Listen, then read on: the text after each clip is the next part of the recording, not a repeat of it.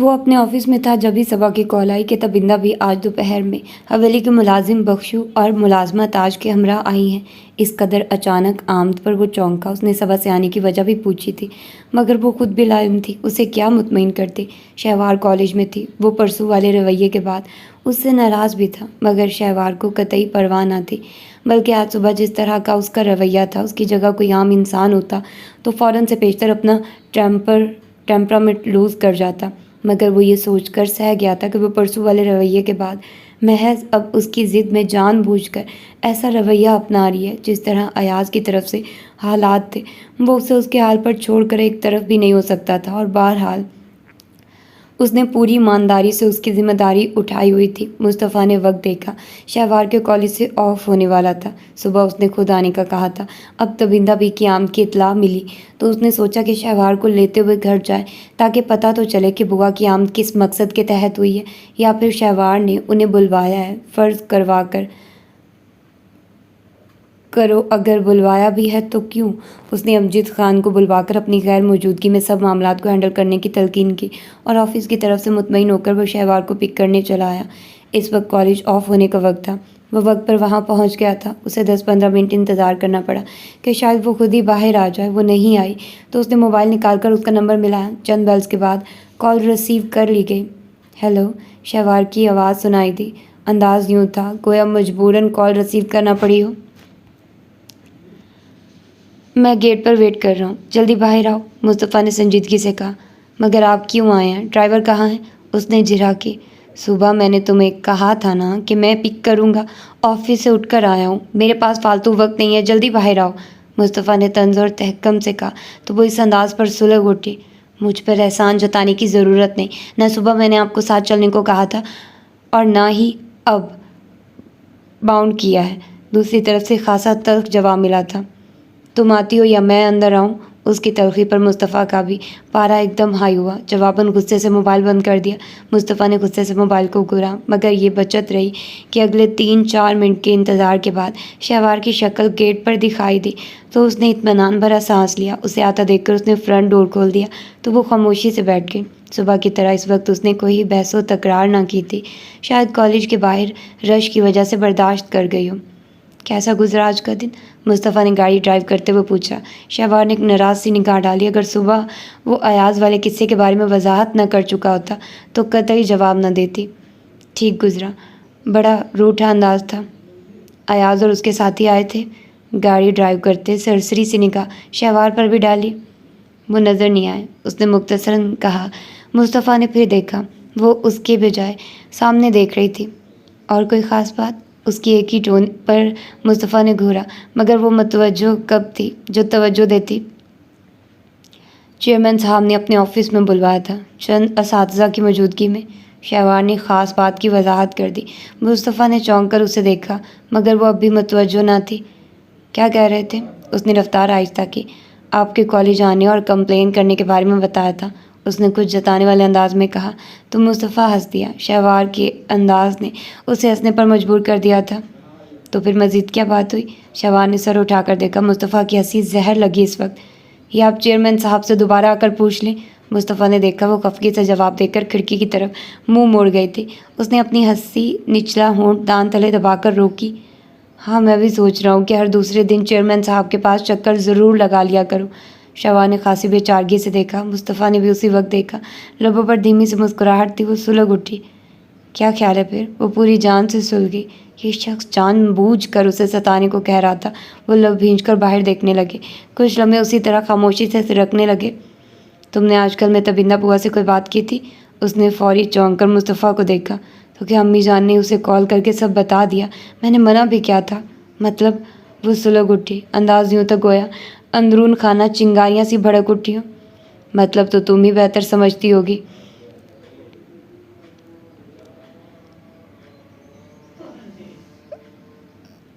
تمہاری اطلاع کے لیے عرض ہے کہ اس وقت تبندہ بوا شہر آ چکی ہے۔ مصطفیٰ کی اطلاع پر وہ حیرت زدہ رہ گئی۔ امی شہر آئی ہوئی ہیں؟ کب؟ اس اطلاع پر وہ یکدم حیران رہ گئی تھی۔ اس کی حیرانگی اتنی نیچرل تھی کہ مصطفیٰ نے بغور دیکھا، یعنی وہ تبندہ بھی قیام سے بے خبر تھی۔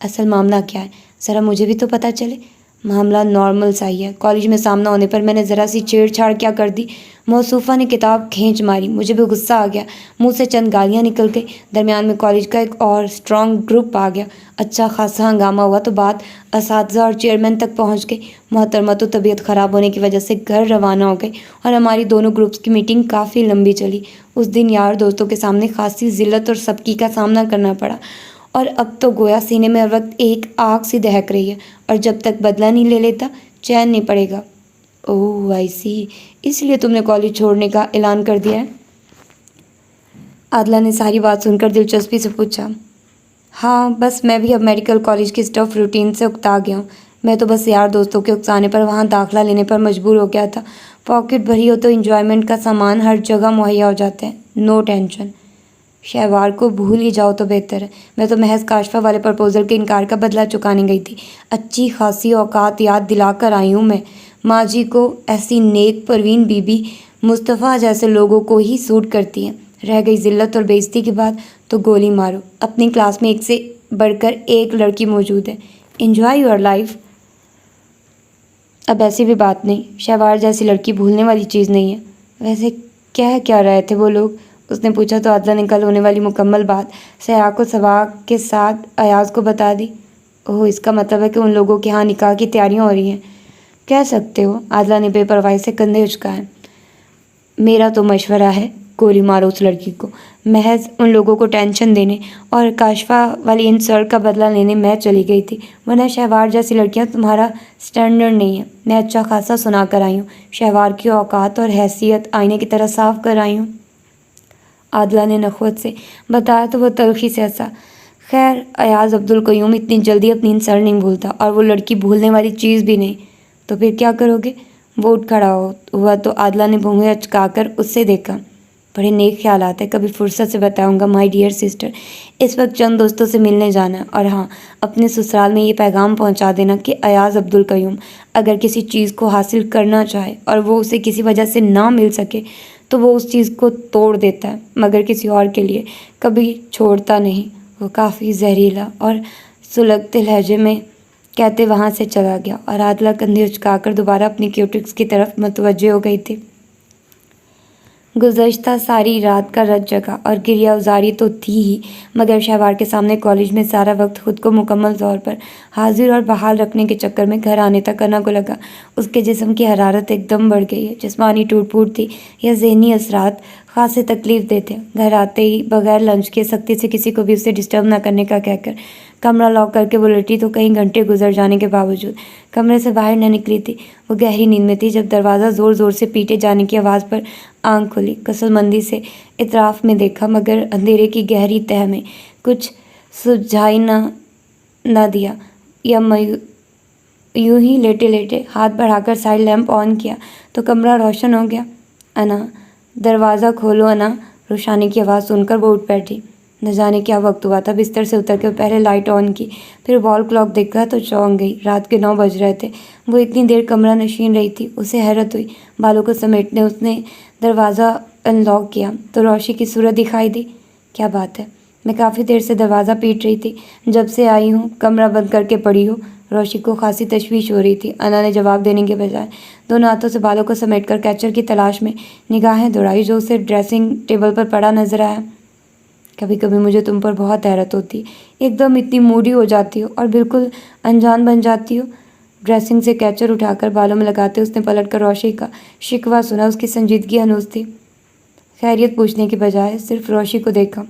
سب باہر تمہارا پوچھ رہے ہیں۔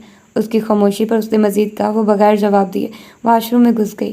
آخر تمہیں کیا ہوا ہے؟ صبح بھی نظر نہ آئی اور آتے ہی کمرہ بند کر کے ایسی غائب ہوئی کہ اب نظر آ رہی ہو۔ وہ منہ ہاتھ دھو کر باہر آئی تو روشی نے گھورتے ہوئے پوچھا۔ وہ بغیر کچھ بولے ٹاول سے چہرہ صاف کرتے صوفے پر پڑا اپنا دوپٹہ اٹھا کر پلٹی۔ مجھے کچھ نہیں ہوا، بس کچھ تھکن ہو گئی تھی اور نیند میں پتہ ہی نہیں چلا کہ اتنی رات ہو گئی ہے، بے پرواہی سے جواب دیا تو روشی نے بغور دیکھا۔ تمہاری آنکھوں کو کیا ہوا ہے؟ تم روئی ہو؟ خاصی تشویش سے اس کی آنکھوں کے سوجے پپوٹوں کو دیکھتے روشی نے پوچھا۔ نہیں، ساری رات نیند نہیں آئی، اوپر سے کالج کی خواری، آنکھیں جل رہی تھی اور شاید اس لیے کوئی انفیکشن ہو گیا ہوگا۔ روشی سے نگاہیں چرا کر جواب دیا۔ نیند کیوں نہیں آئی تھی؟ یہ اب پرانا مرض بنتا جا رہا ہے، پھر کسی وقت ڈسکس کر لیں گے، چلو باہر چلتے ہیں، خاصی بے پرواہی سے کہہ کر اس نے باہر کی طرف قدم بڑھائے تو روشنی نے ایک دم اس کا ہاتھ تھاما۔ انا، کبھی کبھی مجھے لگتا ہے جیسے تم ایک پہیلی ہو، کوئی راز، کوئی اسرار چھپا ہوا ہے تمہارے اندر، رت جگہ یوں ہی کسی کا نصیب نہیں بن جاتے۔ کوئی پریشانی ہے، کوئی مسئلہ ہے تو ہم سے کہو، یہ رشتے ناتے آخر کس مرض کی دوا ہوتے ہیں؟ روشنی نے جھنجھلا کر کہا۔ انا روشنی کی بات پر ایک دم کھلکھلا کر ہنس دی۔ یار تمہیں خواہ تشویش لاحق ہو رہی ہے، ریلی ایسی کوئی بات نہیں ہے۔ انا تمہیں بخار ہے نا؟ روشنی کو انا کے گرم ہاتھ نے چونکا دیا۔ نہیں، بس ہلکی سی حرارت فیل ہو رہی ہے، سیریس بات نہیں۔ یار ڈونٹ وری، چلو باہر چلتے ہیں۔ روشنی کی تشویش کو اس نے چٹکیوں میں اڑاتے روشنی کے ہاتھ پکڑے اور باہر کی طرف بڑھ گئے۔ اس وقت لاؤنج میں سبھی تھے، وہ دونوں ادھر ہی چلی آئی۔ السلام علیکم۔ سبھی نے اسے دیکھا۔ حسن کے ساتھ کسی فائل پر تبادلہ خیال کرتے ولید نے بھی سر اٹھا کر اسے دیکھا۔ وہ سارا دن بعد نظر آئی تھی، صبح بھی دکھائی دی تھی، مگر جس طرح آدھا چہرہ چادر میں چھپائے کھڑی تھی وہ صاف رخ سے دیکھ نہیں پایا تھا، اور اس وقت بھی وہ روشنی کے پہلو میں تھی۔ وعلیکم السلام، اٹھ گئی تمہیں ڈسٹرب نہ کرنے کے سخت قسم کے آرڈر تھے، ورنہ میں کئی بار تمہارے کمرے کے دروازے پر جا کر واپس آیا ہوں۔ ایسی بھی کیا تھکن، کل رات کے بعد اب شکل دکھا رہی ہو؟ مامو جان کا شکوہ حاضر تھا، وہ ہنسی، بس آنکھ لگ گئی تھی، مسکرا کر کہا۔ بخار ہے محترمہ کو؟ اس کے ہنسنے پر روشنی نے جل کر کہا تو وہ مسکرا کر ماما کے پہلو میں جا بیٹھی۔ ہائے، کیا واقعی انا بخار ہو گیا ہے؟ ماما کو بھی ایک دم تشویش ہوئی، فوراً ہاتھ پکڑ کر نبض چیک کی۔ یوں ہی کہہ رہی ہے، بس ہلکی پھلکی سی حرارت فیل ہو رہی ہے، اور تو کچھ بھی نہیں، وہ بے پرواہی کا مظاہرہ کرتے ہوئے کہہ رہی تھی۔ پاپا نے بھی اسے دیکھا جو ماما کے دوسری طرف برا جمان تھے۔ ڈاکٹر ہو کر حرارت کو اس طرح لے رہی ہو؟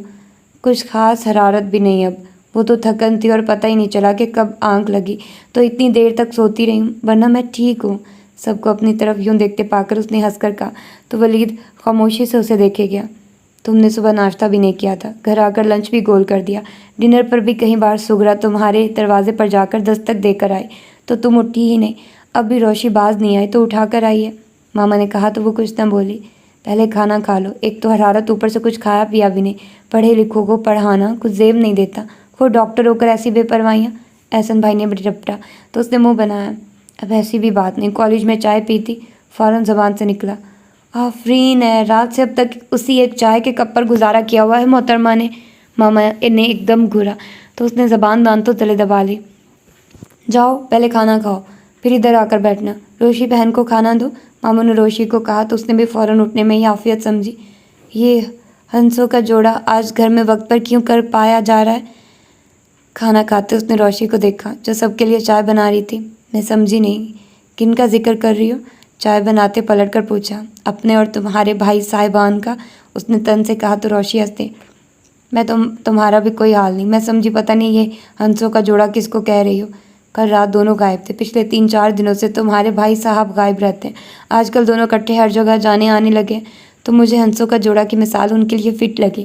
انا کے اس بیان پر روشنی کھلکھلا کر ہنس دی۔ ہنسوں کا جوڑا، بہت خوب، بخار میں تمہاری تشبیہاتی جملوں میں کافی جدت آ گئی ہے، ویل ڈن۔ انا کلس کر رہ گئی۔ ہاں، بس تمہارے ہنسنے کی کسر رہ گئی تھی۔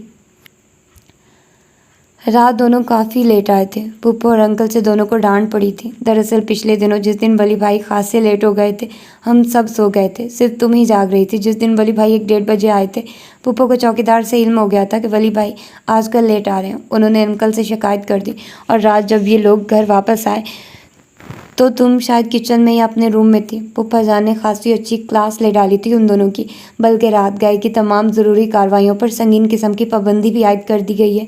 روشنی نے تفصیل سے بتایا تو کھانا کھاتے وہ چونک گئی۔ ریلی؟ جواباً روشنی نے سر ہلا دیا۔ پہلے تو تمہارے بھائی صاحب اکیلے ہی غائب ہوتے تھے، رات میں یہ دونوں ہی تھے۔ بتایا نہیں کس قسم کا ہنگامی دورہ تھا یہ؟ گلاس لبوں سے لگانے سے پہلے انا نے پوچھا۔ انداز بظاہر سرسری سا ہی تھا۔ مصطفیٰ بھائی کو تو تم جانتی ہی ہوگی، جو امریکہ میں ہمارے نیبر تھے، چائے کپ میں ڈالتے روشنی نے بتایا تو اس نے سر ہلا دیا۔ ہاں، بہت اچھی طرح، وہ بھی اسی شہر میں اپنی فیملی کے ساتھ رہتے ہیں۔ فرسٹ ٹائم ولید بھائی اکیلے ہی مصطفیٰ سے ملنے گئے تھے رات، پھر مصطفیٰ نے ولی بھائی اور احسن دونوں کو کھانے پر بلوایا تھا، کسی ہوٹل میں میٹنگ تھی، بس وہیں لیٹ ہو گئے۔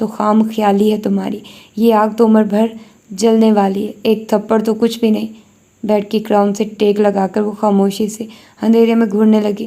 میں مان ہی نہیں سکتی کہ تم میرے اندر ہونے والی ان تبدیلیوں سے بے خبر ہو۔ تم ایک ذہین اور ہوشیار انسان ہو، امریکہ جیسے معاشرے میں طویل وقت گزارا ہے تم نے، تم لاجک کے بغیر بات نہیں کرتے، اور تمہاری نالج کی یہ حد ہے کہ ایک لڑکی تم سے بدتمیزی کرتی ہے تو تم تھپڑ مار کر خاموش کروا دیتے ہو، کیوں؟ ہاں، رات میں غلط تھی، میرا رویہ غلط تھا، مگر ولید صاحب میں کیسے مان لوں کہ تم بے خبر ہو؟ کیوں کر تمہارا یہ خوبصورت مردانہ قد کاٹ، فولادی وجود، تمہاری جادو اثر آنکھیں، مستحکم چال، اپنے کردار و اخلاق کی حفاظت۔ ولید صاحب سچ بتاؤں تو میری جیسی لڑکی اگر ہار بھی جاتی ہے تو کیا غلط کرتی ہے؟ ایک تھپڑ مار کر خاموش کروا دینا، کیا حکمت ہے اس میں؟ وہ سسک رہی تھی، ایک اندیکھی آگ میں بڑھ بڑھ جلتے وہ پھر سے تکیے میں منہ چھپا کر گمسم ہو گئی تھی۔ باقی سارا وقت اس نے پتہ نہیں کیسے گزارا۔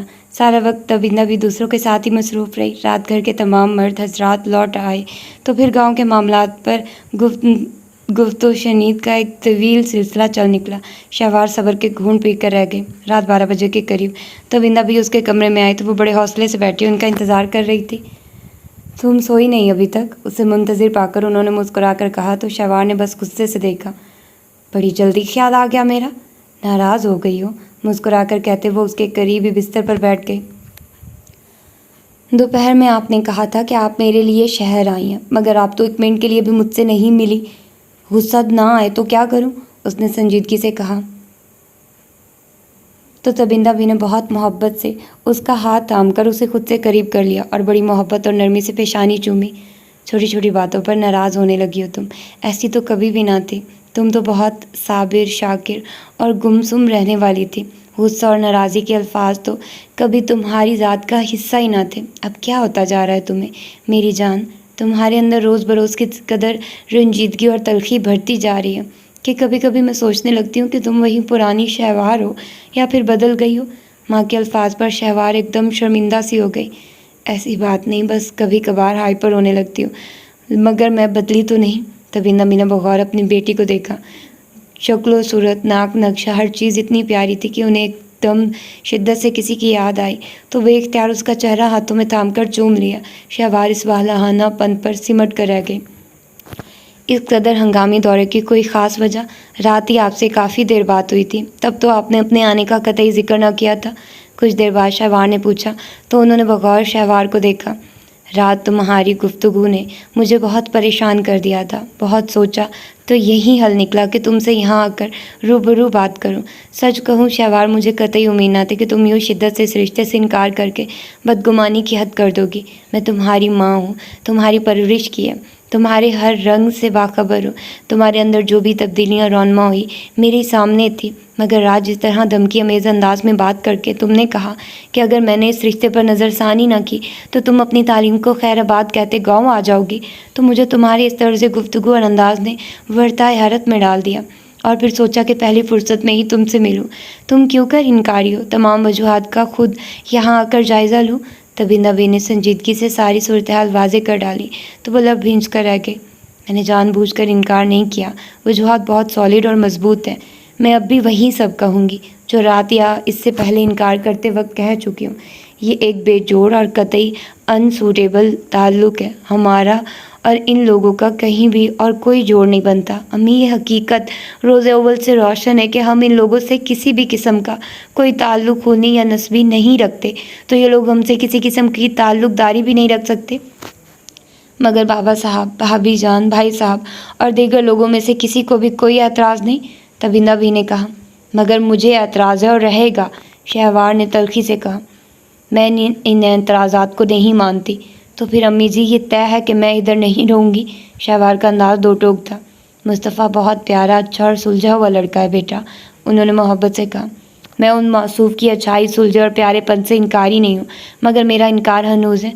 وجہ جانے بغیر تو میں بھی انکار نہیں کروں گی۔ شہوار کے انداز پر انہیں بھی صدمہ آ گیا۔ آپ عادلہ بھابھی کی فیملی کے متعلق کچھ بھی نہیں جانتی، مگر میں سب کچھ سہ کر یہ نئی اذیت نہیں جھیل سکتی۔ آپ کو نہیں پتہ میں کس طرح اس گھر میں رہ کر کن کن انداز میں اس عورت اور اس کے متعلقین کو برداشت کر رہی ہوں۔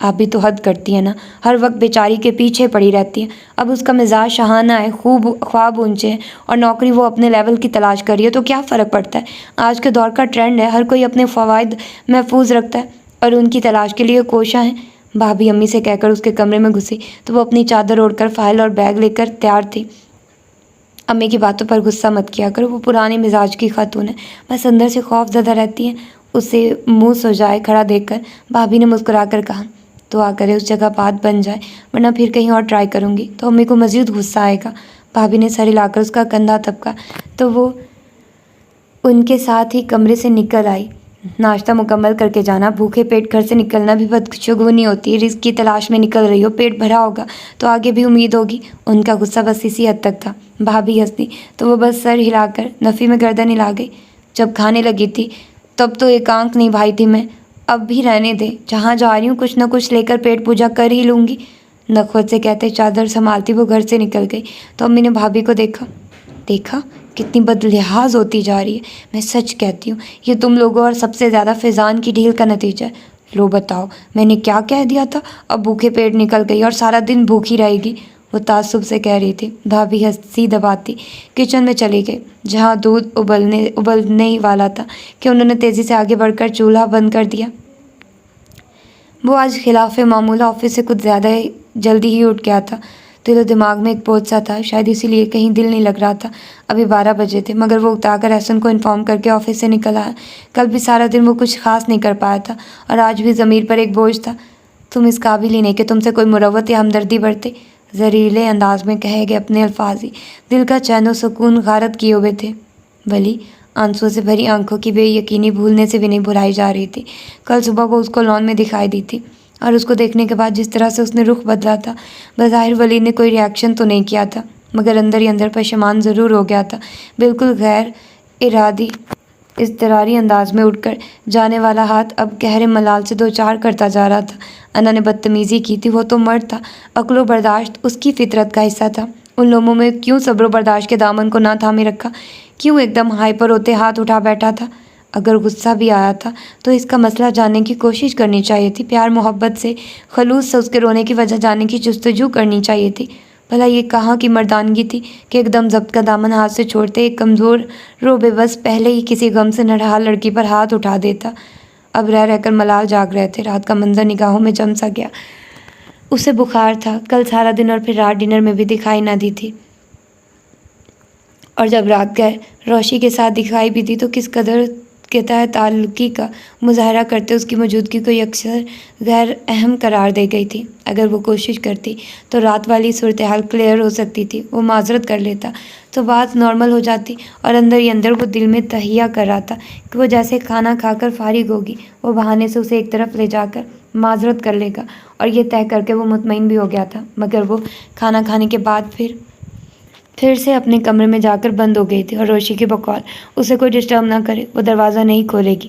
صبح وہ کمرے سے ہی نہیں نکلی اور خود بہت خواہش کے باوجود دوبارہ اس کے کمرے میں نہیں جا سکا تھا کہ گزشتہ رات کی غلطی وہ دوبارہ دہرانا نہیں چاہتا۔ نہ جانے وہ کس موڈ میں ہو اور اسے دیکھتے کس انداز میں پیش آئے۔ بہرحال ایک جگہ وہ غلط تھا کہ وہ گزشتہ رات بغیر اجازت کے اس کے کمرے میں گھسنے کی غلطی کر چکا تھا، اور پھر بعد میں جان بوجھ کر کسی کی ذات میں انٹرفیئر ہونے کا خمیازہ بھی بھگت لیا تھا۔ اسے آج آفس جلدی آنا تھا، سو صبح صبح ہی گھر سے نکل آیا۔ اب یہ بھی کنفرم نہیں تھا کہ وہ کالج بھی گئی ہے یا نہیں۔ بلا مقصد مختلف سڑکوں پر گاڑی گھماتے ہوئے اکتا گیا تو ایک سڑک کراس کر کے اس نے بلا ارادہ ہی گاڑی روکی۔ یوں ہی سر اٹھا کر اطراف میں دیکھا تو چونکا۔ وہ اس وقت جس ہسپتال کے سامنے تھا وہاں وہ گزشتہ دنوں کہیں چکر لگا چکا تھا سوائے کل والے دن کے، اور اس وقت خود کو یہاں دیکھ کر چونکا تھا۔ اف، یہ میں کہاں آ گیا؟ ہسپتال کی بلڈنگ دیکھ کر ایک پل کو ولید ضیا شدید کوفت سے دوچار ہوا، بلکہ اندر ہی اندر جذبوز بھی ہوا۔ چلیں ادھر آ ہی نکلے ہیں تو لگے ہاتھوں مریضہ کی عادت ہی کر چلیں، یہ سوچ کر اس نے اگنیشن سے چابی کھینچی۔ کچھ پل بعد وہ روم کے دروازے پر نوک کر رہا تھا۔ یس کم ان، اجازت ملنے پر وہ اندر چلا آیا۔ السلام علیکم۔ کمرے میں مریضہ کے علاوہ اس کی والدہ تھی۔ وعلیکم السلام۔ بیگم عبدالقیوم نے مسکرا کر اسے دیکھا۔ کیسی ہیں یہ؟ اب ولی صوفے پر بیٹھ گیا تھا۔ وہ جب سے اس لڑکی کو اسپتال لے کر آیا تھا آج پہلا موقع تھا کہ وہ لڑکی اسے حواس میں دکھائی دی تھی۔ تکیوں کے سہارے وہ نیم دراز تھی، زرد چہرہ مگر خوابدیدہ حسن۔ ایک پل کو وہ ٹھٹک گیا تھا، اتنا مکمل حسن یہ اب پہلے سے بہتر ہے۔ لڑکی بھی اسے دیکھ رہی تھی جبکہ اس کی والدہ نے جواب دیا تھا۔ یہ کون ہے؟ کاشفا نے آہستگی سے اپنی ماں سے پوچھا۔ یہ ولید صاحب ہے، انہی کی گاڑی سے تمہاری گاڑی ٹکرائی تھی اور پھر بعد میں یہی تمہیں ہسپتال لے کر آئے تھے اور ہمیں اطلاع دی تھی۔ موم نے تفصیلی بتایا تو اس نے ہلکی سی مسکراہٹ سے ولید کو دیکھا۔ تھینکس ولید صاحب۔ وہ ولید کی حقیقتاً مشکور ہوئی تھی۔ وہ آج پہلی بار ہوش میں اپنے محسن کو دیکھ رہی تھی، ورنہ یہ شخص جب بھی آتا تھا وہ سوئی ہوتی تھی۔ ناٹ مینشن، آپ کی جگہ کوئی بھی ہوتا تو میں انسانیت کے ناطے اس کی بھی مدد کرتا، یہ میرا اخلاقی فرض تھا، ولید نے بھی مسکرا کر کہا۔ تو کاشفا حقیقتاً ازحد متاثر ہوئی۔ اس نے اب کی بار بغور اس نہایت وجیح شاندار مرد کو دیکھا۔ یہ تو بیٹا تمہارا ہم پر احسان ہے، ورنہ آج کے دور میں کون اتنی انسانیت رکھتا ہے، کاشفا کی موم نے لگاوٹ سے کہا۔ اور جس طرح تم مسلسل چکر لگا رہے ہو، عیادت کو آتے محسوس ہوتا ہے کسی بہت ہی نیک ہاتھوں نے پرورش دی ہے، ورنہ ایسی اخلاقیات کے مظاہرے بھلا کون نبھاتا ہے۔ کاشفا کی والدہ بہت دن سے ہی اس نہایت وجیح اور شاندار لڑکے کی وجاہت سے متاثر ہو گئی تھی، اور جب بھی ان کی موجودگی میں ولید نے چکر لگایا تھا ان کا ولید کے ساتھ خصوصی سلوک ہوتا تھا۔ ڈاکٹرز کیا کہتے ہیں، کب تک مکمل ریکور ممکن ہے؟ ولید نے اپنی تعریف سے ایک دم گھبرا کر موضوع بدلا۔ زخم ابھی ٹھیک سے منمل نہیں ہوا ہے، یہ ساری رات درد سے کراہتی رہی ہے، ڈاکٹر کو ٹرینکولائزر کے زیر اثر رکھنا پڑتا ہے، جیسے ہی زخم قدرے بہتر ہوئے یہاں سے چیک آؤٹ کر دیں گے، باقی ٹریٹمنٹ تو گھر میں بھی ہوتا رہے گا۔ ولی نے محض سر ہلا دیا۔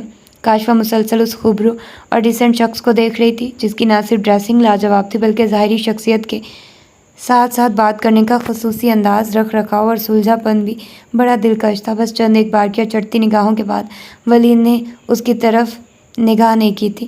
اس کی مکمل توجہ اس کی موم کی طرف تھی، ورنہ اپنی خوبصورتی اور دلکشی سے وہ خود بھی بخوبی آگاہ تھی کہ اس پر پہلی نگاہ ڈالنے والا اس کو بار بار دیکھنے کو ضرور مچل اٹھتا تھا، جبکہ یہ شخص ایک بار کے بعد نگاہ ڈالنے کو تیار نہ تھا۔ کیا لوگے؟ کچھ منگواؤں؟ چند ادھر ادھر کی باتوں کے بعد موم نے پوچھا تو وہ سلیقے سے معذرت کر گیا۔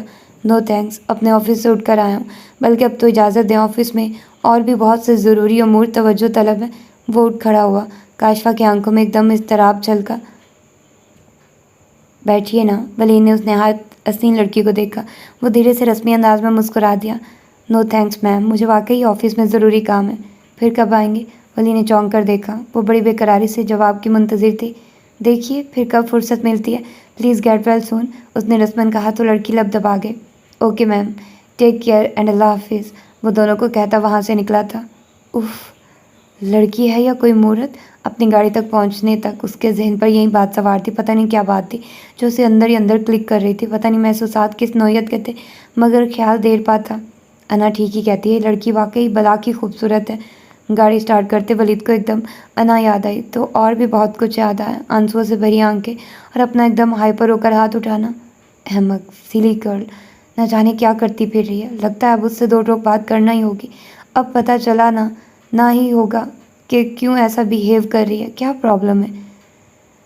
انا کے تصور سے اور بھی بہت کچھ یاد آنے لگا تو ساتھ میں تکلیف دہ احساس بھی دل میں کروٹ لینے لگا کہ اس نے اس پر ہاتھ اٹھایا اور کتنی بے یقینی سے اس نے اس کی طرف دیکھا تھا۔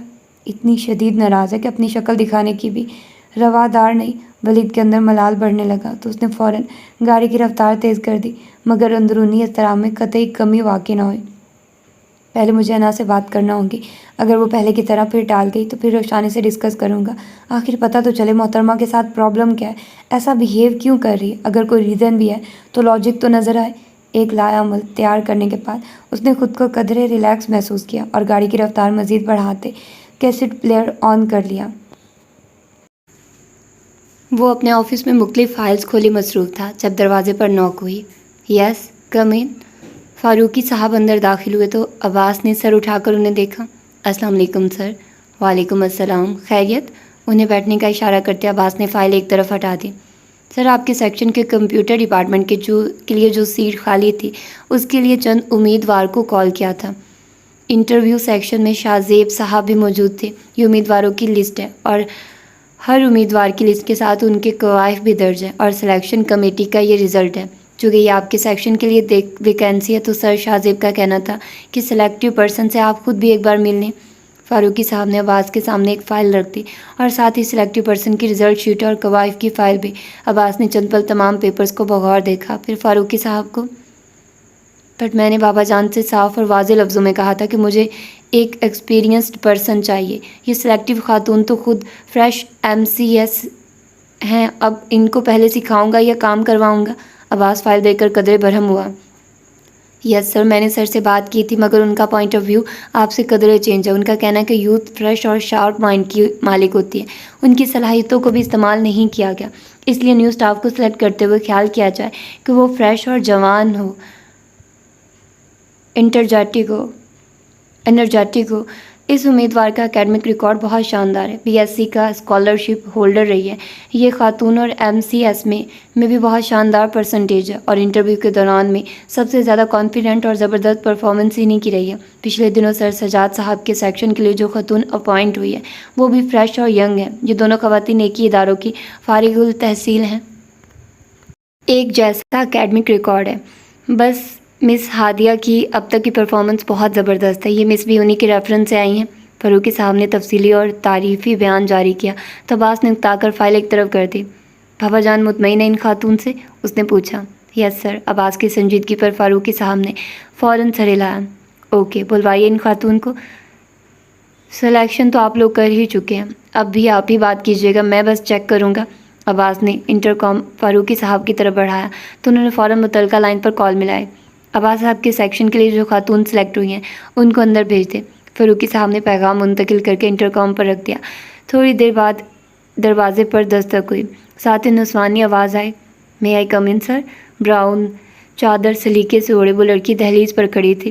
عباس نے بیزاری سے دیکھا. ایسی ڈرپوک سی لڑکی کہیں گز چادر ارد گرد پھیلائے ان کے ڈپارٹمنٹ کے لیے سلیکٹ ہوئی تھی. لڑکی کو دیکھ کر عباس کا کوفت سے برا حال ہوا.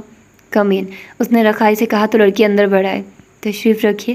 فاروقی صاحب نے عباس صاحب کے تیور دیکھتے خود ہی لڑکی کو سیٹ کی آفر کی. وہ دائیں طرف رکھی کرسیوں میں سے ایک پر بیٹھ گئے. تھینکس. کیا نام ہے آپ کا؟ عباس نے صاحب کا موڈ میں ہی پوچھا. رابعہ نواز. بٹ سر میری CV میں میرے متعلق تمام معلومات درج ہے. نام بتا کر اس نے بڑے سلیقے اور اعتماد سے عباس کے سامنے رکھی اپنی فائل کی طرف نگاہ کرتے ہوئے کہا. تو عباس کی بھویں تن گئی. جی دیکھ چکا ہوں آپ کی CV میں، آپ کے متعلق آپ کی زبانی کوائف سننا چاہتا ہوں. عباس نے اب کی ناراضی سے کہا. MCS کیا ہے حال ہی میں نے. یہاں نیو اپوائنٹی مس ہادیہ کے ریفرنس سے آئی ہوں. میٹرک FA میں اسکالرشپ ہولڈر رہی ہوں. BCS میں کارکردگی اکیڈمک لحاظ سے بظاہر شاندار ہے. ہاں ایکسپیرینس کے لحاظ سے فی الحال میں 0 ہوں. یہ میرا کسی بھی فرم کے لیے جاب کا فرسٹ ایکسپیرینس ہوگا. وہ بہت ہی اعتماد اور وقار سے بول رہی تھی. عباس بغور اسے دیکھ رہا تھا. بظاہر وہ خاصی خوبصورت لڑکی تھی. پہلی نگاہ کا تاثر جو بھی تھا مگر لڑکی تک یہ انوسی نہیں تھی اور نہ ہی آؤٹ آف فیشن تھی. ہاں بڑی سی چادر ارد گرد ضرور لپیٹے ہوئے تھے. آپ خود ہی بتا رہی ہیں کہ آپ کا یہ جاب کا فرسٹ ایکسپیرینس ہے، جبکہ ہماری first requirement experience person he تھا، جبکہ آپ بالکل فریش MCS ہیں. کیا خیال آپ ہماری فرم کی ریکوائرمنٹ پر پورا اتر سکیں گی؟ عباس نے براہ راست لڑکی کی آنکھوں میں جھانکا. وہ دھیرے سے مسکرا دی. سر میں دعویٰ نہیں کرتی، وقت و حالات انسان کی قابلیت کا فیصلہ کرتے ہیں. آپ آزما کر دیکھ لیں. وہیں پر اعتماد لہجہ تھا. وہ ذرا بھی کنفیوز نہ ہوئی تھی. براہ راست عباس صاحب کو دیکھ کر گویا ہوئی تھی. میں اکیڈمک ریکارڈ سے متاثر نہیں ہوتا، مجھے انسان کی صلاحیتیں متاثر کرتی ہیں، جبکہ آپ میں ہماری ڈیمانڈ کے مطابق صرف کوالیفیکیشن ہے، تجربہ نہیں. میرا خیال ہے کہ آپ کی سلیکشن کمیٹی میں سبھی بد دماغ سرپھرے انسان موجود نہیں تھے. اگر میرا سلیکشن کیا گیا تو فرم کے رولز، قواعد، ریگولیشن کو مد نظر رکھ کر ہی کیا گیا ہوگا. عباس کے سوالوں پر اس نے قدرے چڑھ کر کہا تو فاروقی صاحب نے اس جواب پر ایک دم سٹپٹا کر عباس صاحب کو دیکھا، جس کے چہرے کے عضلات کھنچ گئے تھے. کتنی اسٹریٹ فارورڈ لڑکی تھی یہ. اس قدر کانفیڈنس آپ کے حق میں نقصان دہ بھی ہو سکتا ہے. آئی تھنک ابھی آپ کو اپائنٹمنٹ لیٹر ایشو نہیں کیا گیا. اس نے بھی قدر برہمی سے باور کروایا تو وہ لڑکی مسکرا دی. یعنی وارننگ دی گئی تھی. یہی تو آپ کو بتانا چاہ رہی ہوں سر کہ ابھی جب اپائنٹمنٹ لیٹر ایشو نہیں کیا گیا تو پھر صاف اور واضح الفاظ میں کہیے کہ محترمہ آپ اس ویکینسی کے لیے اہل نہیں، کیونکہ آپ کے پاس تجربہ نہیں، جبکہ آپ کی سلیکشن کمیٹی مجھے سلیکٹ کر چکی ہے. اس کے باوجود یہ انٹرویو کا دوبارہ سلسلہ مجھے کچھ سمجھ نہیں آ رہا. اس لڑکی کا اعتماد جھوکا تو تھا. اب کہ فاروقی صاحب نے اپنی بے ساختہ عمر ڈالنے والی مسکراہٹ کو بامشکل روکا، جبکہ عباس اس لڑکی سے ایسے جواب کی توقع نہیں کر رہا تھا. ایک دم حیرت زدہ رہ گیا. کتنی بدتمیز ہے یہ لڑکی. آپ اوور کانفیڈنٹ ہی نہیں بلکہ اچھی خاصی گستاخ بھی ہیں. فاروقی صاحب کو مسکراہٹ روکتے عباس نے دیکھ لیا تھا. اس کا ٹیمپرامنٹ لوز ہوا. ایک دم لوز ہوا. اپنے سینئر ورکر کے سامنے ایسی بےعزتی. آواز جھنجھلا ہی گیا.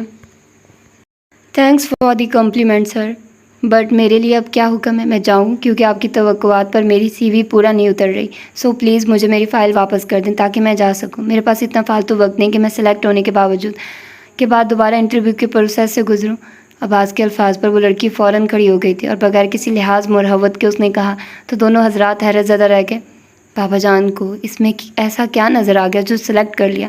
کیونکہ کسی بھی شعبے سے متعلق سلیکشن وہ خود کرتے تھے. اب کہ اگر وہ اس لڑکی کو جانے دیتا تو یقیناً بابا جان سے سخت ناراضی کا سامنا بھی ہو سکتا تھا، جبکہ یہ لڑکی اسے انتہائی بدتمیز لگی تھی. فاروقی صاحب، آپ ان محترمہ کو بابا جان کے پاس لے جائیے. ان کا سلیکشن انہی کے انڈر ہوا ہے. یہاں جو کارروائی وقوع پذیر ہوئی وہ بھی بتا دیں. میرے پاس آپ آئندہ ایسے پاگل لوگوں کے کیسز لے کر مت آئیے گا. اب یہ بابا کا ہیڈک ہے، وہ رکھتے ہیں یا ریفیوز کرتے ہیں میری بنا سے. عباس نے غصے سے دونوں فائلز اٹھا کر فاروقی صاحب کو تھما دی اور ساتھ ایک سخت غسیلی نگاہ رابعہ پر بھی ڈالی. اس ایک نگاہ سے وہ جیسے جل بھنی گئی تھی. آپ ہے کس خوش فہمی میں؟ مجھے بھی کوئی شوق نہیں ادھر جاب کرنے کا. ایسے بدتمیز پاگل المینرڈ لوگوں کے ساتھ میں کام کروں گی. مائی فوڈ، پہلے جاب میرا شوق ہے مگر مجبوری نہیں. ایک چھوڑ ایسی 10 جابس تیار ہیں میرے لیے. سنبھال کر رکھی اپنی جاب. فاروقی صاحب کے ہاتھ سے اپنی فائل کھینچ کر تن پن کرتی وہ وہاں سے نکل گئی. ارے میم سنیے تو، پلیز رکیے. بیچارے 60 سالہ فاروقی صاحب اس کے پیچھے بھاگے جو طوفانی رفتار سے آفس کا دروازہ کھول کر باہر نکلی تھی. مہرالنساء بیگم کو بتا کر کہ وہ آج پہلی بار بازار آئی تھی. عرصہ بعد باہر کی دنیا دیکھی تو دل میں بہت سی بھولی بسری یادیں تازہ ہونے لگی. محبت اور وفا کی دولت سے بڑھ کر کوئی دولت نہیں ہوتی. احساس زندہ ہوں تو کائنات حسین تر ہو جاتی ہے، اور اگر احساس مر جائے تو پھر محبت بھی ان مردہ زمین کو پھر سے شاد باد نہیں کر سکتی. وفا تو اضافی خصوصیت ہے نا، جسے مردہ زمین کو پھر سے آباد کرنے کے لیے محنت کے ساتھ ساتھ کھاد بیج وغیرہ کی ضرورت پڑتی ہے. پرسوں قبل کسی کے کہے الفاظ انہیں اپنے دل و دماغ میں گونجتے محسوس ہوئے تو آنکھیں نمی سے اٹ گئی. کاش دل سے ایک ہوک اٹھی تو دل انجانی راہوں پر چلنے کو اکسانے لگا. تبندہ بھی نے بڑی بے دلی سے کچھ اشیاء خریدی اور پھر ڈرائیور کو اشیاء دے کر جانے کا کہا تو وہ حیران ہوا. مگر آپ اس طرح اکیلی کیسے آئیں گی؟ تبندہ بھی یہاں کے راستوں سے انجان بازاروں سے بے خبر خاتون تھی. ڈرائیور کی پریشانی لازمی تھی. مجھے کچھ اور بھی خریدنا ہے، تم جاؤ، اور ہاں مہرالنساء اور گھر میں دیگر لوگوں سے کہنا کہ پریشان نہیں ہو، میں تھوڑی دیر میں آ جاؤں گی. میں کوئی رکشہ یا ٹیکسی لے لوں گی. اس وقت تو لائبہ نے اپنے بھائی کے ہاں جانا ہے اور گھر میں کوئی گاڑی بھی نہیں. مجھے کچھ دیر ہو جائے گی، وہ خواہ انتظار کرے گی. تم جاؤ. تبندہ بھی کے 2 ٹوک انداز پر ڈرائیور سر ہلا کر وہاں سے رخصت ہو گیا. ڈرائیور کے رخصت ہونے کے بعد انہوں نے ارد گرد دیکھا. یوں لگا برسوں بعد باہر کی دنیا میں پھر سے قدم رکھا. بہت کچھ بدل چکا تھا اور بھی بہت کچھ تبدیلی کے مراحل میں تھا. انہوں نے ایک دکان سے کچھ پھل وغیرہ لیے. ذہن و دل میں کچھ بھی واضح نہ تھا، بس آج خود بخود غیر ضروری امور سر انجام پا رہے تھے. تبندہ بھی نے ایک رکشے والے کو روکا. جگہ اور کرائے کا معاملہ طے کر کے بیٹھ گئی. جو رکشہ آگے بڑھ رہا تھا ان کے دل و دماغ میں کہیں خیالات گردش کرتے چلے جا رہے تھے. سکندر، مجھے قطعی اندازہ نہ تھا کہ اوپر سے اس قدر آدم بیزار خواتین سے الرجک دکھنے والا مرد اندر سے اس قدر رومانٹک بھی ہو سکتا ہے. جس کے نصیب میں تم جیسی حسین خوبصورت دل نواز خاتون ہو وہ تو خود بخود زندہ دل ہونے لگتا ہے نا. پرجستہ جواب پر کسی کی کھلکھلاتی ہنسی تبندہ بے کے اعصاب کو عجیب پسمردگی کا احساس بخش گئی. یقین نہیں آتا یہ وہی حضرت صاحب مخاطب ہے جن کے پیچھے میں دیوانہ وار بھاگی ہوں. مگر اس ہرجائی نے کبھی قدر نہ جانی. کھلکھلاتی ہنسی تھی تو کسی کے الفاظ نے پھر تبندہ بے کو اپنے سحر میں جکڑا. چلیے اب تو ہم آپ ہی کو اپنا سب کچھ مان بیٹھے. پھر تو پچھلے گلے شکوے تو بے معنی ہو گئے نا. آپ کو دل کی مہارانی ہی نہیں بنایا بلکہ گھر کی ملکہ بھی بنا دیا. بھاری لب و لہجے میں کہا تو تبندہ بی کو اپنی پلکیں بھیگتی محسوس ہوئی. نوازش آپ کی مہاراج. شوخ لب و لہجے نے عجیب سے دل گرفتگی سے دوچار کر دیا تھا. لے بیگم صاحبہ آپ کا گھر آ گیا. وہ نہ جانے کن خیالوں میں غرق تھی جب رکشے والے کی آواز پر چونک کر متوجہ ہوئی. انجان علاقہ اور جگہ دیکھ کر وہ الجھی. انہوں نے یہاں تو نہیں آنا تھا. تمہیں جس جگہ کا کہا تھا وہیں لے کر آئے ہو نا. باہر نکل کر ارد گرد دیکھتے وہ مطلوبہ مکان نہ پا کر پریشان ہو گئی تھی. جی بیگم صاحبہ جس جگہ کا کہا تھا وہیں لے کر آیا ہوں. کس مکان میں جانا ہے وہ یہاں سے پوچھ لیتے ہیں.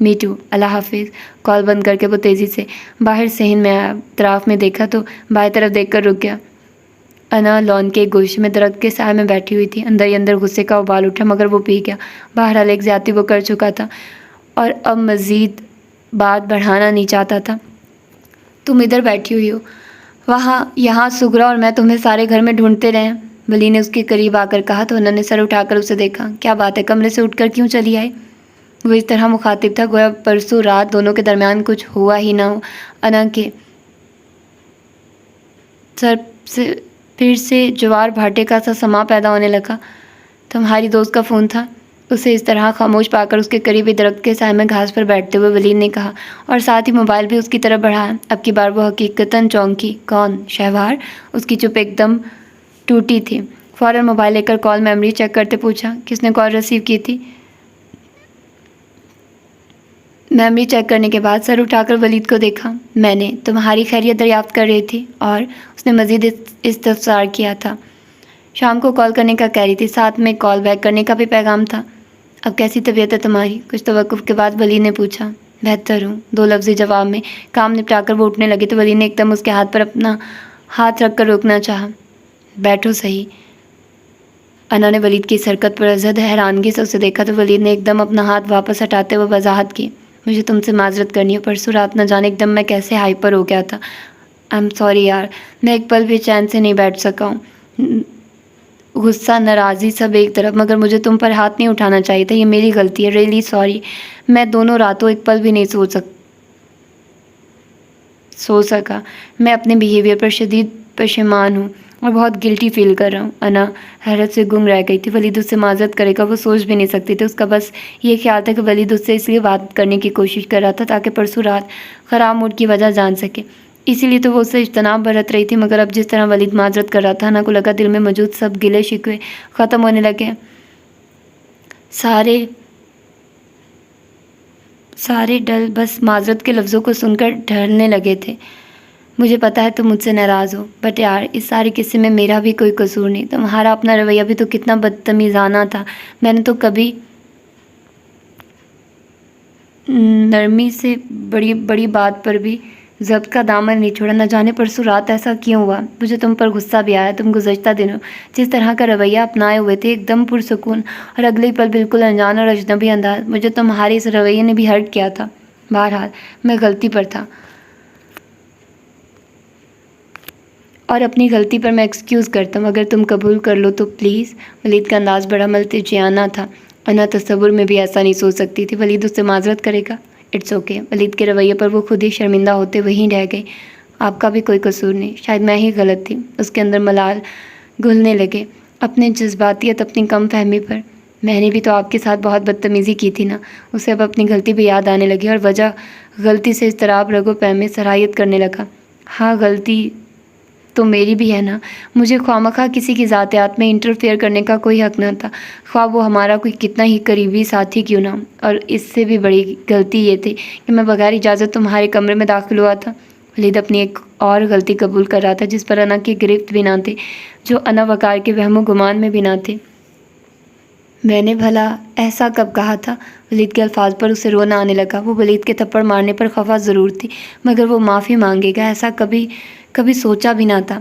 بس وہ تو یہ چاہتی تھی کہ وہ بس اسے محسوس کرے، اس کی فیلنگز کو سمجھے، بن کہے اس کے جذبات کا ادراک حاصل کرے۔ مگر محبوب کو جھکانا اس کی لغت میں کہیں نہ تھا۔ وہ تو ہمیشہ اس شخص کو خود سے بہت بلند، ہمیشہ اونچے مقام پر بڑا جمان دیکھنا چاہتی تھی۔ آپ معافی مانگ کر مجھے سخت تکلیف پہنچا رہے ہیں، پلیز ایسا مت کریں۔ وہ اپنے جذبوں سے ہار کر ایک دم رو دی۔ اس شخص کے سامنے خود کو سنبھالے رکھنا اب اس کے لیے بہت مشکل کام ہوتا جا رہا تھا۔ انا، ہم آپس میں کزنز ہیں، بھلے عمروں کا فرق صحیح، ہم نے علیحدہ ماحول میں ایک طویل وقت گزارا ہے، پھر بھی بابا نے ہماری جو تربیت کی اس کی جڑیں آج بھی مضبوط ہے۔ میں روایتی مرد نہیں ہوں، تم اپنے دل کا بوجھ کہہ سکتی ہو مجھ سے، نہیں تو روشانی سے ڈسکس کر سکتی ہو۔ کیا پرابلم ہے، وجہ تو بتا سکتی ہو نا؟ انا کے پھر یوں شدت سے رونے پر ولید کو شدید تکلیف ہونے لگی۔ اس کے سر پر ہاتھ رکھ کر اس نے بہت اپنائیت سے کہا، تو وہ جہاں تھی وہیں ساکت ہو گئی۔ وہ بھلا اس شخص کو کیا بتاتی، اس کے دل پر کیا بوجھ تھا، کیوں کر ڈسکس کر سکتی تھی؟ روشانی تو ایک طرف ابھی تک تو وہ ٹھیک سے اپنی ذات کے سامنے بھی اپنی ہار کا اعلان نہیں کر پا رہی تھی، مجھے کوئی پرابلم نہیں ہے۔ اس کے سر پر ولید کے ہاتھ کا بوجھ جوں کا توں تھا۔ اس نے سر اٹھایا تو ولید نے ہاتھ ہٹا لیا اور بغور اس کی آنکھوں میں دیکھا جو بخار اور اب رونے سے بھی سرخ ہو رہی تھی۔ کسی عمارت کو بغیر بنیاد کے کھڑی نہیں دیکھا کبھی۔ تمہیں واقعی پرابلم نہیں، مجھے لاجک دو، آئی سویئر میں پھر کبھی تم سے کوئی سوال نہیں کروں گا۔ ولید کا انداز دو ٹوک تھا تو اس نے لب دانتوں تلے دبا لیے اور بس ایک لحظہ کو اس بھرپور دلکش مرد کو دیکھا۔ دل چاہا کہ چیخ چیخ کر کہے کہ ہاں مجھے پرابلم ہے اور اس پرابلم کی سب سے بڑی ریزن تم خود ہو، مگر وہ لب سی گئی کہ وہ ایسا نہیں کر سکتی تھی۔ میرے پاس آپ کے کسی بھی سوال کا کوئی جواب نہیں، نہایت اضطراب اور دکھ سے کہہ کر وہ اٹھنے لگی تو ولی نے فوراً اس کا ہاتھ تھام لیا۔ ایسے تو کبھی نہیں جانے دوں گا میں، اب تمہیں میرے سوال کا جواب دینا ہوگا۔ جس دن سے میں پاکستان آیا ہوں، صرف چند ایک دن کے علاوہ میں نے ہر بار تمہاری یہی کیفیت محسوس کی ہے۔ کیا بھروسہ نہیں مجھ پر یا اعتماد نہیں؟ اگر تم مجھ سے ڈسکس نہیں کرو گے تو ریلی میں پھپھو اور احسن سے تمہارے اس رویے کی وجہ ضرور پوچھوں گا۔ آپ ہر بات لاجک کے ساتھ قبول کرتے ہیں، اگر کسی انسان کے پاس لاجک ہی نہ ہو۔ میں بہت پرسکون اور اطمینان بھری زندگی گزار رہی تھی۔ آپ کو پتہ ہے جب میں امریکہ میں آپ لوگوں کے ساتھ رہتی تھی اور جب ماما پاپا نے یہاں آنے کا فیصلہ کیا تھا تو میں نے کتنا شور مچایا تھا۔ میں یہاں نہیں آ رہی تھی مگر زبردستی لائی گئی تھی۔ وہ تو بچپن تھا نا، مگر مجھے بہلنے میں کئی سال لگ گئے تھے اور اب میں نے خود کو اس ماحول یہاں کے رہن سہن میں ڈھال لیا تھا۔ میں مطمئن تھی مگر اب لگتا ہے سارا اطمینان رخصت ہو گیا۔ ایسا کیوں ہوا ہے مجھے نہیں پتہ، بس مجھ سے کچھ مت پوچھیے اور جب میرے پاس کسی کے سوال کا جواب نہیں تو بار بار سوال دہرا کر مجھے تکلیف مت دیں۔ یوں سمجھ لے بہت سے معاملات بغیر لاجک اور ریزن کے بھی ہوتے ہیں۔ انا کے لہجے میں عجیب سا دکھ ہلکورے کھا رہا تھا۔ ولی نے بہت غور سے اسے دیکھا۔ اس کی خوبصورتی دکھ و اذیت کی لپیٹ میں زردی کی ردا اوڑے ہوئے تھی۔ اس کا خوبصورت چہرہ مانند تھا گویا چاند زرد پڑ گیا تھا۔ انا کوئی تو وجہ ہوتی ہے نا، ایسے کیسے مان لوں کہ تم، وہ بہت رسانیت سے کہہ رہا تھا۔ پلیز ولید، وہ مزید بھی کچھ کہنا چاہتا تھا کہ انا نے ایک دم ہاتھ اٹھا کر سختی سے اسے ٹوک دیا۔ آپ میرے ماموزاد ہیں، میں آپ کی دل کی گہرائیوں سے عزت کرتی ہوں۔ اگر آپ کو مجھے یوں اذیت دے کر کوئی روحانی خوشی حاصل ہوتی ہے تو ضرور پوچھیے، میں روکوں گی نہیں، مگر یہ آخری بار اور حتمی الفاظ میں کہہ رہی ہوں۔ میں بہت سے معاملات میں بہت شدت پسند ہوں، انتہائی حد تک جذباتی۔ آئندہ اگر آپ نے مجھ سے کچھ پوچھا تو میں صاف کہہ رہی ہوں، میں آپ سے بات کرنا، آپ کے سامنے آنا تک چھوڑ دوں گی۔ اگر آپ کو لگے کہ یہ شاید ناممکن ہے تو میرے لیے یہ سب ممکن ہے۔ اس کو ایک کزن ہونے کے ناطے ایک ریکویسٹ سمجھ لیں، پلیز میں جو بھی ہوں، جیسی بھی ہوں، اسی حالت میں قبول کر لیں۔ اگر نہیں کر سکتے تو مجھے غیر ضروری چیز سمجھ کر نظر انداز کر دیں پلیز۔ مجھے کوئی دکھ نہیں، کوئی پرابلم نہیں۔ ولید انا کے لب و لہجے اور الفاظ پر گنگ سا رہ گیا۔ انا، کسی کو بڑے دکھوں سے بچانے کے لیے میں اگر چھوٹا دکھ سہ لوں گی تو کوئی بات نہیں، آپ فکر نہ کریں، میں 1-2 دن میں نارمل ہو جاؤں گی، اس نے مجروح ہنسی ہنستے ہوئے کہا تو ولی نے لب بھینچ لیے اور انا نے آہستگی سے اس کی گرفت سے اپنا ہاتھ نکالا۔ میں جانتی ہوں میرے الفاظ آپ کو دکھی کر رہے ہیں مگر میں مجبور ہوں، پلیز اپنے ذہن پر بوجھ مت ڈالیے، یوں ہی سمجھ لیں ادھر کوئی ریزن نہیں، اگر ریزن ہے تو کوئی سالڈ لاجک نہیں ہے۔ اگر کسی دن مجھے لاجک مل گئی تو آپ کے پوچھے بغیر آپ کے سامنے اپنے دل کا درد آشکار کروں گی۔ مگر ولید، بعض درد ایسے ہوتے ہیں جنہیں آشکار کرنے کی ضرورت نہیں پڑتی بلکہ محسوس کرنے والی نگاہ خود محسوس کرتی ہے، سو میری طرف زیادہ توجہ بھی مت دیں۔ یوں سمجھ لیں کسی کی کوئی کل سیدھی ہوتی ہے، میری کوئی بھی نہیں۔ ہلکا سا مسکرا کر وہ اٹھ کر وہاں سے چلی گئی تو بھی ولید کافی دیر تک اس جگہ بیٹھا رہا، انا کے الفاظ میں چھپے مفہوم اور دکھ کو تلاش کرتا رہا۔ وہ سو کر اٹھی تو کافی وقت بیت چکا تھا۔ منہ ہاتھ دھو کر وہ کمرے سے نکل آئی۔ آج اس نے تبیندہ بی کی وجہ سے چھٹی کر لی تھی۔ وہ لاؤنج میں آئی تو مہرونسا بیگم عصر کی نماز کے بعد کے وظائف میں مصروف تھی۔ اسے دیکھ کر انہوں نے ہاتھ میں تھامی تسبیح ایک طرف رکھ دی۔ امی جان آ گئی ہیں؟ انہیں نہ پا کر مہرونسا بیگم کو دیکھا۔ نہیں، ابھی تک تو نہیں آئی، میں خود بھی انتظار کر رہی ہوں، مہرونسا بیگم نے کہا۔ وہ آج بازار گئی تھی، انہیں شاید کچھ خریدنا تھا، اس نے ان کے ساتھ جانا چاہا تھا مگر انہوں نے منع کر دیا تھا اور پھر کچھ گھنٹے ڈیڑھ بعد ڈرائیور واپس آ گیا تھا، انہوں نے اسے واپس بھیج دیا تھا یہ کہہ کر کہ وہ لائبہ بھابھی کو ان کے میکے لے جائے، وہ کچھ شاپنگ کے بعد خود ہی آ جائیں گی۔ اس کے بعد کچھ دیر اس نے ان کا انتظار کیا تھا، پھر انا کی طبیعت دریافت کرنے کو اسے کال کی مگر اس سے بھی بات نہ ہو سکی تو وہ کمرے میں آ گئی۔ اس کا خیال تھا اب تک تبیندہ بھی واپس آ چکی ہوں گی، اب تو انہیں گھر سے نکلے ہوئے بھی کئی گھنٹے ہو چکے تھے۔ مہرونسا بیگم کا جواب سن کر وہ ایک دم پریشان ہو گئی تھی۔ اب تو کافی دیر ہو چکی ہے، ڈرائیور کو بھی بھیج دیا تھا، اب تو شام ہونے والی ہے، میں خود بھی یہی سوچ سوچ کر پریشان ہو رہی ہوں. ایسی بھی کیا خاص چیز خریدنا تھی جو ابھی تک خریدی نہیں جا رہی. ابھی تو یہاں کا کچھ خاص پتہ بھی نہیں. ایسا تو نہیں کہ وہ کہیں راستہ بھول گئی ہوں. شوار کو ایک دم طرح طرح کے اوہام ستانے لگے تھے. اللہ خیر کرے، ساتھ خیریت کے گھر لائے، مہرونسا بیگم نے کہا تو وہ ایک دم اضطراب لیے باہر نکل آئے. شہر پیر میں اب رخصت ہو رہی تھی. مغرب میں ڈوبتے سورج کی لالی گہرے اورنج رنگ میں ڈھل چکی تھی. کچھ دیر بعد سورج مکمل طور پر غروب ہونا چاہنا تھا اور پھر شام کا اندھیرا ہر سو پھیل جانا تھا. شہوار ادھر ادھر چکر لگانے کا کوئی فائدہ نہیں. اندر آ کر بیٹھو. آ جاتی ہیں بوا جی. وہ بچی نے جو راستہ بھول جائیں، خدا نخواستہ بھول بھی جائیں تو گھر کا ایڈریس انہیں یاد ہی ہوگا. اسے یہاں سے وہاں پیدل مارچ کرتے دیکھ کر عائشہ باہر آ کر کہنے لگی تو وہ گمسم انداز لیے اس کے ساتھ اندر کی طرف بڑھائی. حوصلہ رکھو بیٹا، آ جائیں گی وہ. مہرونسا بیگم نے اشارہ کیا تو وہ خاموشی سے ان کے پاس آ کر بیٹھ گئی. انہوں نے محبت سے اپنے ساتھ لگاتے کہا، ڈرائیور کو فون کر کے کہو جلدی گھر آئیں. اس سے پتہ چلے کہ اس نے تبندہ کو کہاں چھوڑا تھا. دوپہر 12 بجے وہ گھر سے نکلی تھی. اب شام ہونے کو ہے، کوئی پتہ نہیں، اور اس کے پاس تو موبائل بھی نہیں ہوتا کہ بندہ کال کر کے ہی پوچھ لے. ماں جی نے صبح کو کہا تو وہ فوراً اٹھ گئے. ڈرائیور کو کال کر کے تبندہ بی کے متعلق استفسار کیا تو اس نے وہی بتایا جو گھر آ کر کہہ چکا تھا. چند مزید باتیں پوچھ کر صبح نے کال بند کر دی. تبندہ بوا نے خود اسے گھر چلے آنے کا کہا تھا. ڈرائیور بتا رہا ہے کہ انہوں نے لائبہ بھابھی کو ان کے بھائی کے ہاتھ چھوڑنے کا کہہ کر ڈرائیور کو گھر بھیج دیا تھا اور جو کچھ انہوں نے خریدا تھا ڈرائیور کے ہاتھ گھر بھیج دیا تھا، جو اس نے آ کر شہوار کو سامان دے دیا تھا. اس کے بعد کی صورتحال وہ کہتا ہے کہ اس کے علم میں نہیں ہے. تم دونوں بہنیں کھانے وغیرہ کا انتظام دیکھو. آج لائبہ بھی نہیں، کچن میں رخشندہ اکیلی لگی ہوگی. شہوار بیٹا فکر نہیں کرتے، آ جاتی ہیں ابھی. دونوں بیٹیوں کو کہہ کر اس کو بھی تسلی دی تو وہ محض سر ہلا گئے. کچھ دیر گزری تو وہ اٹھ کھڑی ہوئی. مصطفیٰ کو فون کرو، اب تو بہت دیر ہو رہی ہے. اللہ خیر کرے، لائبہ بھی ابھی تک نہیں پہنچی. ڈرائیور بھی ایک ہی ہے، اب ہر جگہ اسی کو لے کر جانا ہوتا ہے. کیا پتا تھا کہ تبندہ لوٹنے میں اتنی دیر کر دے گی. اب تو دل میں وہم سے آنے لگے ہیں اسے بے قراری سے کھڑے ہوتے دیکھ کر. مہرونسا بیگم نے کہا تو اس نے بھی ان کے مشورے کو فوراً قبول کرنے کا قصد کیا. مغرب کی اذانیں ہونے والی تھی. کچھ دیر میں گھر کے مرد آنے والے تھے. ایسے میں تبندہ کی غیر موجودگی سب کے لیے پریشانی کا باعث بن سکتی تھی. اس نے ایک پل کی بھی تاخیر کیے بغیر فوراً مصطفیٰ کا ذاتی نمبر ملایا. السلام علیکم. مصطفیٰ کی آواز سنائی دی. وعلیکم السلام. میں شہوار بات کر رہی ہوں، اس نے کہا. دوسری طرف وہ حیرت سے چونکا تھا. اوہ زہر نصیب، آج تو VIP قسم کے لوگ ہمیں یاد کر رہے ہیں. اللہ خیر کرے کہ آج ہماری قسمت کیسے جاگ گئی. مصطفیٰ 3-4 دن کی لاتلکی کے بعد شہوار کی کال پر ایک دم ایکسائٹیڈ ہوا تھا. شہوار نے جھم کر گھبرا کر ماں جی کو دیکھا. وہ اسے ہی دیکھ رہی تھی. یہ ماں جی آپ سے بات کرنا چاہتی ہیں. اس نے مصطفیٰ کی خوش فہمیوں کے آگے پل باندھے. اوہ تبھی میں کہوں ہمیں یوں اچانک کیسے یاد کر لیا. ہماری ہونے والی نصف بہتر نے. مصطفیٰ کا گویا اسے پوری طرح ستانے کا موڈ تھا. شٹ اپ، اس کے الفاظ پر سٹ پڑا کر کہا تو دوسری طرف مردانہ کہکا نہایت جاندار تھا. ہونے والی بیگم کو اردو لغت میں نصف بہتر ہی کہتے ہیں. کیا خیال ہے؟ ویسے اگر تمہاری لغت میں اس کے کوئی اور معنی نکلتے ہیں تو وہ بتا دو، ہم وہ کہہ لیا کریں گے. میں اس وقت بہت پریشان ہوں. کوئی اور وقت ہوتا تو میں آپ کے اس سوال کا بہت اچھا سا جواب دیتی. یہ لے آنٹی جی سے بات کریں. خود سے جھنجھلاہٹ، پریشانی اور اضطراب سے کہتے اس نے ساتھ ہی رسیور ماضی کو تھما دیا. مہرونسا بیگم نے رسیور تھام کر سلام دعا کے بعد تبندہ بی کی غیر موجودگی کی داستان سنائی تو دوسری طرف مصطفیٰ بھی پریشان ہو گیا. میں بھی پتہ کرتا ہوں، آپ فکر مند نہ ہو، انشاءاللہ وہ آ جاتی ہیں ابھی.